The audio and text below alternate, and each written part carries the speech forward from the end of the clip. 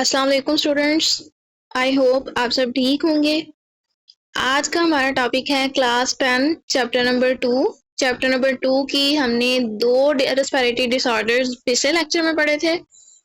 अब next lecture में आज हमने पढ़ने हैं नेक्स्ट दो डिसऑर्डर रेस्पिरेटरी डिसऑर्डर, जिसमें थर्ड वाला रेस्पिरेटरी डिसऑर्डर है निमोनिया और 4 वाला है एस्थमा। आज हम पढ़ेंगे निमोनिया और एस्थमा किसे कहते हैं। तो लेक्चर स्टार्ट करते हैं। सबसे पहले है निमोनिया। निमोनिया किसे कहते हैं कि अगर हमारे लंग्स के अंदर इन्फ्लेमेशन हो जाती है। क्यों हो जाती है? अगर हमारे एल्वियोलाई के अंदर कोई ना कोई इन्फेक्शन हो जाए तो उसकी वजह से हमारे लंग्स सूज जाते हैं, तो उसे हम कहते हैं निमोनिया। जैसे हम आम लफ्जों में कहते हैं कि एक लंबे अरसे के लिए बुखार भी हो जाना, उसे हम कहते हैं ये निमोनिया हो गया। अब वो बुखार होता कैसे है? वो बुखार इसीलिए होता है कि हमारे लंग्स जो है वो सूज जाते हैं, उसमें स्वेलिंग हो जाती है और हमारे लंग्स के एल्वियोलाई के अंदर इन्फेक्शन हो जाता है और उस एल्वियोलाई के अंदर क्या हो जाता है, पस पड़ना शुरू हो जाती है, रेशा बनना शुरू हो जाता है, जिसकी वजह से बुखार हो जाता है लंबे अरसे के लिए। तो हम कहते हैं कि ये क्या हो गया, निमोनिया हो गया। तो निमोनिया किसे कहते हैं? ये वो कंडीशन होती है जिसमें हमारे लंग्स जो है वो उसके एल्वियोलाई के अंदर इन्फेक्शन हो जाता है और उसके अंदर पस पड़ जाती है और वो सूज जाते हैं, उसके अंदर इन्फ्लेमेशन हो जाती है, स्वेलिंग हो जाती है। उस कंडीशन को कहते हैं निमोनिया। काजेज क्या है इसकी? इन्फेक्शन। किसी भी तरह का इन्फेक्शन हो सकता है, चाहे वो बैक्टीरिया की वजह से हो, वायरस की वजह से हो या फंजाई की वजह से हो। तो किसी भी तरह का इन्फेक्शन की वजह से जो है वो निमोनिया हो सकता है। सिम्टम्स क्या है, अलामात क्या है इसकी? कि अगर किसी को निमोनिया है तो उसे क्या होगा, बहुत ज्यादा तेज बुखार होगा, हाई फीवर होगा, चिल्स कपकपी भी तारी होगी साथ में, यानी बुखार के साथ जो है वो सर्दी लगेगी, ठंड लगेगी, शॉर्टनेस ऑफ ब्रीथ, सांस बहुत छोटा हो जाएगा और कफ विद स्पुटम यानी खांसी के साथ जो है वो थूक की बूंदें भी निकलेंगी और रेशा भी बनना शुरू हो जाएगा। रेशा के साथ जो है वो खांसी होगी और खांसते हुए छोटी छोटी जो थूक की बूंदें हैं वो बाहर आ रही होंगी। तो इस कंडीशन में हम बोलेंगे निमोनिया हो गया, यानी बहुत ज्यादा तेज बुखार हो जाएगा, सर्दी लगेगी, सांस छोटी होगी, सांस लेने में मसला होगा और खांसी होगी, जिसमें खांसी के साथ छोटी छोटी बूंदें बाहर आ रही होंगी और उसके अंदर रेशा भी होगा। अगर ये अलामात सारी नजर आती हैं तो हमें पता चल जाना चाहिए कि इस पेशेंट को निमोनिया हो गया। ट्रीटमेंट क्या है निमोनिया का? इसको हम कैसे ट्रीट कर सकते हैं? इसको हम एंटीबायोटिक्स यानी मेडिसिन लेके ट्रीट कर सकते हैं। ऐसी एंटीबायोटिक्स लें जो जितने भी माइक्रो ऑर्गेनिज्म हैं उनको किल किया जा सके। ऐसी एंटीबायोटिक्स लेनी है जिससे बैक्टीरिया के इन्फेक्शन को खत्म किया जा सके, या ऐसी मेडिसिन लेनी है जो वायरस या फंगस जो है वो इन्फेक्शन को खत्म कर सके। यानी अगर निमोनिया जो है किसी वायरस की, अगर तो निमोनिया किसी बैक्टीरिया की वजह से हुआ तो हम क्या लेंगे, एंटीबायोटिक्स मेडिसिन। और अगर निमोनिया किसी वायरस या फंजाई की वजह से हुआ है तो हमने ऐसी मेडिसिन लेनी है जो एंटी वायरल या एंटी फंगल मेडिसिन हो, तो उससे हम जो है वो निमोनिया को ट्रीट कर सकते हैं। इसके अलावा आजकल जो है वैक्सीन भी आई हुई है जिसके के जरिए हम निमोनिया को जो है वो ट्रीट कर सकते हैं। बैक्टीरियल वैक्सीन आई हुई है, अगर वो लगा दी जाए तो फिर निमोनिया नहीं होता। तो इस तरह से वैक्सीन के जरिए भी हम जो है वो निमोनिया होने से बच सकते हैं, लंबे अरसे के बुखार से बच सकते हैं। तो ये हमारी थर्ड रेस्पिरेटरी डिसऑर्डर आ जाती है निमोनिया, जिसमें हमने क्या पढ़ा कि निमोनिया किसे कहते हैं, उसकी वजह क्या है, सिम्टम्स क्या है और उसको कैसे ट्रीट किया जा सकता है।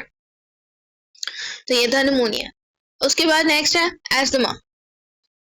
फोर्थ रेस्पिरेटरी डिसऑर्डर आ जाता है एस्थमा। एस्थमा किसे कहते हैं?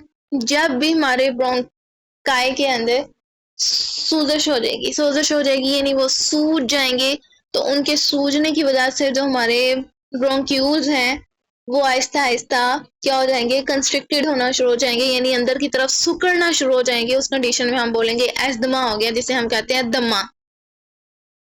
यानी जो दमे की बीमारी होती है उसमें क्या होता है कि जो हमारे लंग्स के अंदर मौजूद ब्रोंकाई या ब्रोंक्यूल्स होते हैं वो सूज जाते हैं और सूजने के साथ अंदर की तरफ वो सुकड़ जाते हैं। जब वो सिकुड़ जाएंगे तो वो हमारे वो रास्ता जिसके ज़रिए हवा ने गुजर के हम सांस ले रहे होते हैं, उसके ज़रिए हवा हमारे फेफड़ों में जा रही होती है और हमारे खून को साफ कर रही होती है, गैसेस का एक्सचेंज कर रही है, तो वो हवा अंदर नहीं जा सकेगी। क्योंकि हमारे जो ब्रोंकाई है, ब्रोंक्यूल्स की वाल है, वो अंदर की तरफ सिकुड़ जाएंगी, जिसकी वजह से रास्ता जो है वो आहिस्ता आहिस्ता ब्लॉक हो जाएगा। तो उस कंडीशन को हम कहते हैं एस्थमा, दमा।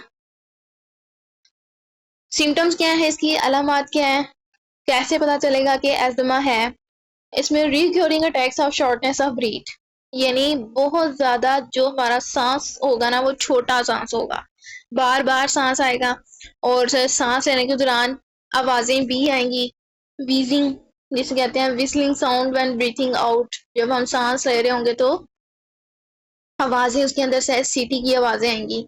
कफिंग, खांसी बहुत ज्यादा होगी। चेस्ट टाइटनेस, और हमारा जो सीना होगा वो बहुत ज्यादा टाइट होगा। अगर किसी की के अंदर ये कंडीशंस पाई जा रही हैं, ये सिम्टम्स अलामात जाहिर हो रही हैं, तो उस बंदे को क्या होगा, एस्थमा होगा। काजिज क्या है, वजह क्या है इसकी, एलर्जेंस, यानी किसी भी तरह की एलर्जी हो सकती है। किस वजह से, डस्ट की वजह से हो सकती है। डस्ट माइट्स, यानी कोई ना कोई कीड़े उस डस्ट के अंदर मौजूद होंगे जिसकी वजह से इन्फेक्शन हो सकता है। Pollens, mould and pet dental, यानी अगर कुछ लोगों को जो है वो जानवरों से, कुछ ऐसे पौधे होते हैं उनसे जो है वो एलर्जी हो जाती है। तो अगर ये चीजें होती हैं तो एलर्जी होती है किसी ना किसी वजह से, तो उससे क्या हो सकता है, एस्थमा हो सकता है। उसके अलावा एयर पोल्यूटेंट्स, स्मोक, धुआं, केमिकल्स की स्मेल, और जितनी भी बहुत ज्यादा स्ट्रॉन्ग जो स्मेल्स होती हैं, फ्रेग्रेंसीज होती हैं, उनकी वजह से जो है वो एस्थमा हो सकता है। वेदर चेंजेस, मौसम जब चेंज हो रहा हो तो तब भी क्या हो रहा होता है, खांसी वगैरह लगती है, जो उसकी वजह से एस्थमा हो सकता है। स्पेशली कोल्ड एयर, यानी जब ठंडी हवाएं चल रही होती हैं तो तब बहुत ज्यादा जल्दी जो है वो एस्थमा हो सकता है। जेनेटिक फैक्टर, कुछ जो है वो एस्थमा जेनेटिकली भी चल रहा होता है, यानी अगर किसी को फैमिली में एस्थमा हुआ तो वो नेक्स्ट उसकी अगली जनरेशन में भी चलता जाएगा, उनके जीन्स में ये बीमारी चली जाएगी और आहिस्ता आहिस्ता एक शख्स से दूसरे में ये बीमारी जो है वो ट्रांसफर होती जाती है। तो ये जेनेटिक फैक्टर भी हो सकता है। तो इन वजह से जो है वो एस्थमा हो सकता है।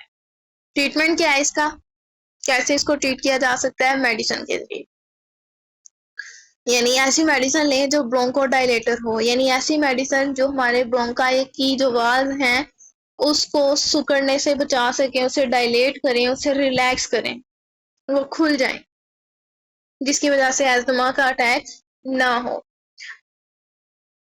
यानी जो है वो दमे का अटैक ना हो। तो ट्रीटमेंट इसका क्या है, मेडिसिन, मेडिसिन लेंगे तो हम जो है वो एस्थमा से बच सकते हैं। एस्थमा को जो है वो ट्रीट किया जा सकता है मेडिसिन लेके। ऐसी मेडिसिन जो ब्रोंकोडायलेटर्स हों, जो ब्रोंक्यूल्स को रिलैक्स कर सके एस्थमा अटैक के दौरान। जैसे आप इधर देख सकते हैं कि अगर एस्थमा है तो नॉर्मल ब्रोंकस हमारा ये होगा। अब अगर एलर्जेंस आ जाते हैं उसके अंदर तो आहिस्ता आहिस्ता यही एलर्जेंस क्या करेंगे, हमारे जो ब्रोंकस होंगे उसको कंस्ट्रिक्ट कर देंगे, यानी उसको अंदर की तरफ वो सिकुड़ जाएंगे, जैसे आपको कंस्ट्रिक्टेड ब्रोंकस में नजर आ रहा है। ये अंदर स्टार शेप में जो है वो क्या हो चुके हैं, सुकड़ चुके हैं, उसके अंदर म्यूकस बनना शुरू हो चुका है, रेशा बनना शुरू हो चुका है, पस बनना शुरू हो चुकी है। तो इस कंडीशन में क्या होगा, एस्थमा होगा, दमा होगा। तो ये जो है वो नेक्स्ट दो रेस्पिरेटरी डिसऑर्डर्स हैं कि अगर हमारे रेस्पिरेटरी सिस्टम के अंदर कोई भी मसला हो जाता है तो उसकी वजह से ये बीमारी हो सकती है। तो उम्मीद है आपको समझ आ गई होगी निमोनिया और एस्थमा की। अगर आपको वीडियो अच्छी लगी हो तो उसे लाइक करें, सब्सक्राइब करें और शेयर करें। शुक्रिया।